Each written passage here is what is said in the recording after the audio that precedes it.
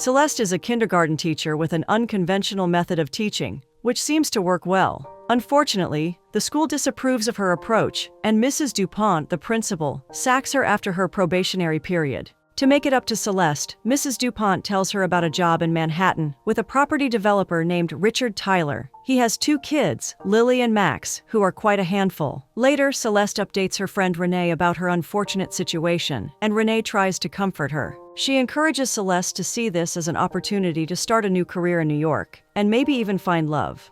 But Celeste isn't in the right headspace for romance. When Renee hears the job is with Richard Tyler, she's shocked because he's an infamous property developer in New York. Curious, she searches online and reads articles about him to Celeste. However, the articles don't say nice things about him.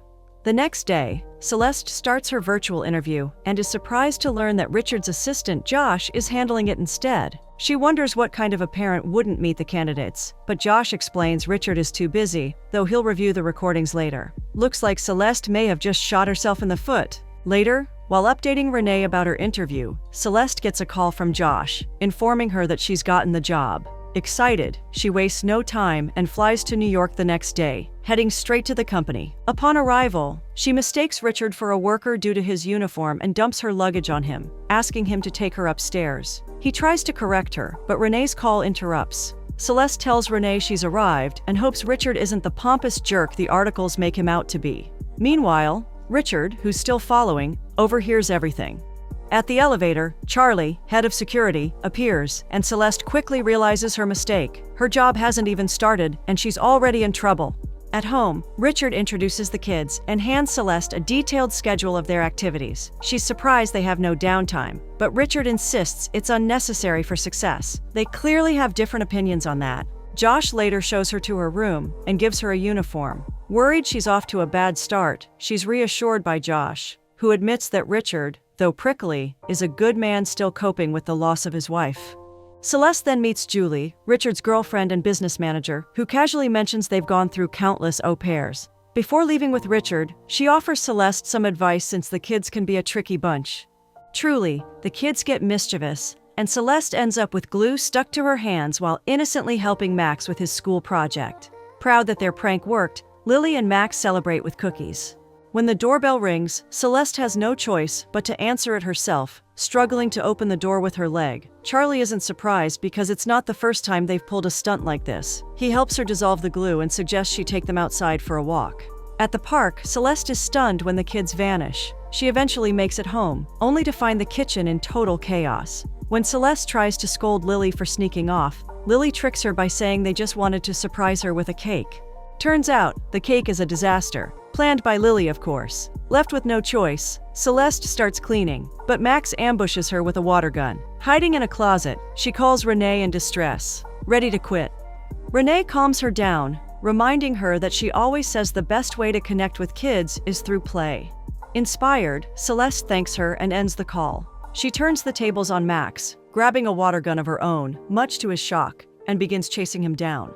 Just then, Richard calls to check in. Celeste, still mid-battle, assures him everything is going great. While Celeste is distracted, Lily cranks up the oven heat, ensuring dinner burns, another trick to get her fired. Meanwhile, Richard arrives just in time to see Celeste crash into his building model while chasing Max. Frustrated, he scolds her, and she apologizes profusely. Later, dinner is delayed thanks to Lily's antics, and when Max refuses to eat anything but chicken nuggets, Celeste returns to the kitchen to make them. The kid seize the moment to badmouth her to Richard, claiming she's terrible at her job. He agrees to find a new au pair, but until then, Celeste stays. Celeste arrives back with Max's dinner and presents a revised schedule incorporating downtime for the kids, surprising Richard. He's blown away when he tastes her cooking, and eventually agrees to give her schedule a trial for 2 weeks. The next morning, Celeste plays her guitar, singing a love song that catches Richard's attention. Soon after, the kids get ready for school, expressing their love for him. Struggling with his emotions, he simply wishes them a good day and leaves. At school, Max confides in Celeste that Richard stopped expressing his feelings after their mother passed. She comforts him, but as Max heads off, it's clear Lily still isn't warming up to her. Celeste assures Lily she won't be staying long since this job isn't part of her career plan. Pleased, Lily is glad they're on the same page. After a long day of errands, Celeste unwinds with a quiet bath. Later, Richard returns home briefly and unexpectedly runs into her in a bathrobe. She admits she took a break, which he already saw on her posts. She's surprised he's on social media due to the way the articles have presented him. He tells her not to believe everything online and adds that she's free to take breaks whenever she needs. Guess he's not a pompous jerk after all. Later, Richard's call is interrupted by Celeste's vacuuming, and she accidentally sucks up one of his cufflinks, mistaking it for dirt. After learning it was a gift from the kids, she quickly apologizes and offers to retrieve it. Meanwhile, Richard can't help but notice she's added some style to her uniform. Later, Celeste wonders where all the cookies she baked have gone. Turns out, Richard is the culprit, making her smile. Later, Richard tries to get her attention while she cleans the windows, but she doesn't hear him because she has earplugs in. When he finally taps her, she accidentally sprays a cleaning solution in his eyes. Panicked, she rushes to find something to help. Outside, Richard admits he just wanted to apologize for eating the cookies. Celeste apologizes for being jumpy and admits he makes her nervous. She wants him to see her as a good au pair. She also confesses her failure on probation as a teacher. Richard assures her she's been great at her job and that her schedule is working well. When she asks why he's still looking for a replacement, he explains he posted the ad when she first started, since au pairs never last in his house. Celeste shares that she became an educator to make a difference, inspired by how she was treated as a kid. She believes children can achieve anything they set their minds on, and Richard wholeheartedly agrees. Some days later, Max starts warming up to Celeste during their French lesson and gets excited when she offers to teach him guitar. However, Lily isn't happy about it, but Max insists Celeste is different from the other au pairs. Richard arrives just as Max eagerly tries to tell him about his lesson, but he shuts him down to take a business call, leaving Max disappointed. During dinner, Celeste mentions planning an outdoor activity for the kids and invites Richard to join. Though hesitant due to work, he caves after the kids begin pleading. When he asks Julie to come along, she declines because her designer clothes aren't meant for the outdoors. Over the weekend, they enjoy fun activities at the park, even Lily, which is surprising. Richard is impressed with her approach, and she explains it's how her grandmother raised her. Curious, he asks about her parents, and she shares that they passed away when she was young, but her grandparents took care of her. The park has always been her favorite place, where she can shut off and lose herself in the moment. Lily interrupts, eager to get gelato, and they both oblige. While eating, Richard mentions acquiring the property of the museum they passed earlier. However, it will be torn down to make way for a high-rise condo. Celeste questions whether his company ever saves any buildings, but they're interrupted by a call from Julie. He then notices Max too close to the pond's edge and rushes to get him back, accidentally dropping his phone into the water. Things get worse when he tries to retrieve it and falls in, earning laughter from everyone. Celeste moves to help him up, but Richard refuses to be the only one soaked and playfully pulls her in with him. They end up splashing the kids, making the moment fun. After climbing out, the laughter fades as Richard and Celeste find themselves standing too close. Their gazes locked in an intense moment. However, Max interrupts the moment, asking for more gelato. Back home, Richard thanks Celeste for the wonderful day and encourages her to share more ideas for the kids, which pleases her.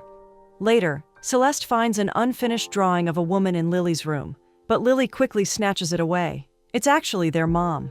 Celeste praises her talent, but Lily lacks confidence and refuses to show Richard, believing he wouldn't like it since he avoids reminders of their mother. Lily admits Richard sees art as a waste of time and is too focused on work and Julie to listen to her.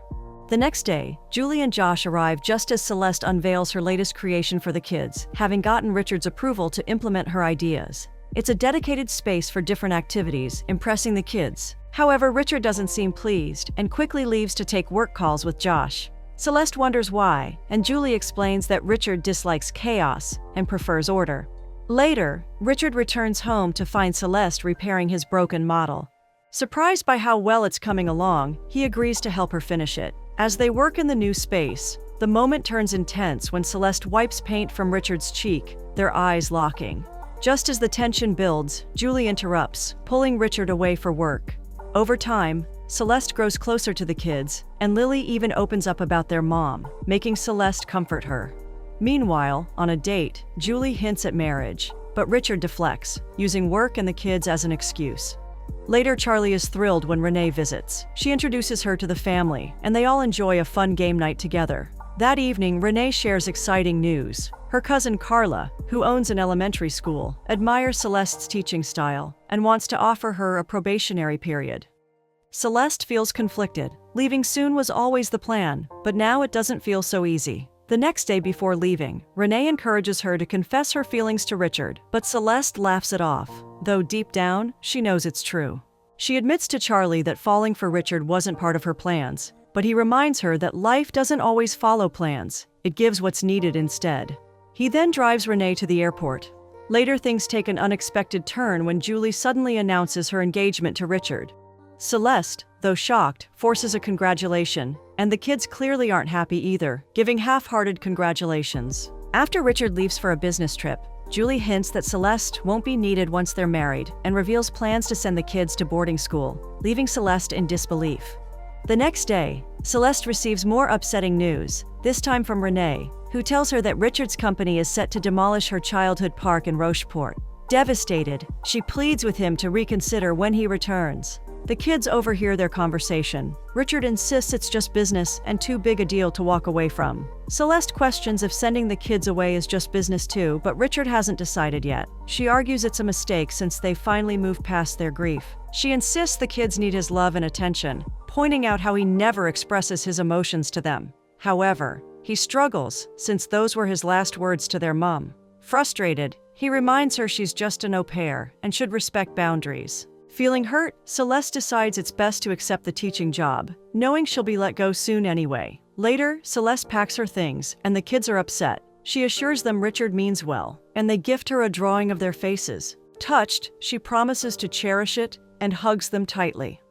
On the day of the school fair, Richard is pleasantly surprised when Max plays the guitar and impresses everyone. He's also proud of Lily's painting of their mother. He finally tells them he loves them and hugs them. Lily wins first place in the art competition, and the teacher congratulates her, mentioning it's a shame she's changing schools. Richard is surprised since he hasn't made a decision yet, only to find out that Julie has already informed the school, leaving him displeased. A few days later, Julie hands him the contract regarding the park, but he can't bring himself to sign it. Realizing it's about Celeste, Julie ends their engagement. She acknowledges that while they make great business partners, they aren't a good match as a couple. She also reveals she has accepted another job in Paris. The next day, Richard promotes Josh to Julie's position, which excites and deeply gratifies him. At home, the kids struggle with Celeste's absence, and Richard tries to comfort them. They reveal that Celeste had feelings for him, something he hadn't realized. Though he believes it's too late, they ultimately convince him to make things right with her. The next day at the park with Renee, Celeste is surprised to see the kids in Rocheport and wonders why they are there. They rush up to hug her and excitedly share that Richard and Julie have broken up. Moments later, Richard arrives, and the kids offer him words of encouragement before heading off with Renee to explore the park. Richard reveals that he has bought the park but intends to keep it just as it is, which pleasantly surprises Celeste. He apologizes for how they left things and admits he was scared of his feelings for her. Confessing his love, he tells her he wishes she would come back home so they can be a family again. Celeste would love nothing more. He expresses his love for her in French and pulls her into a passionate kiss, sealing the moment between them.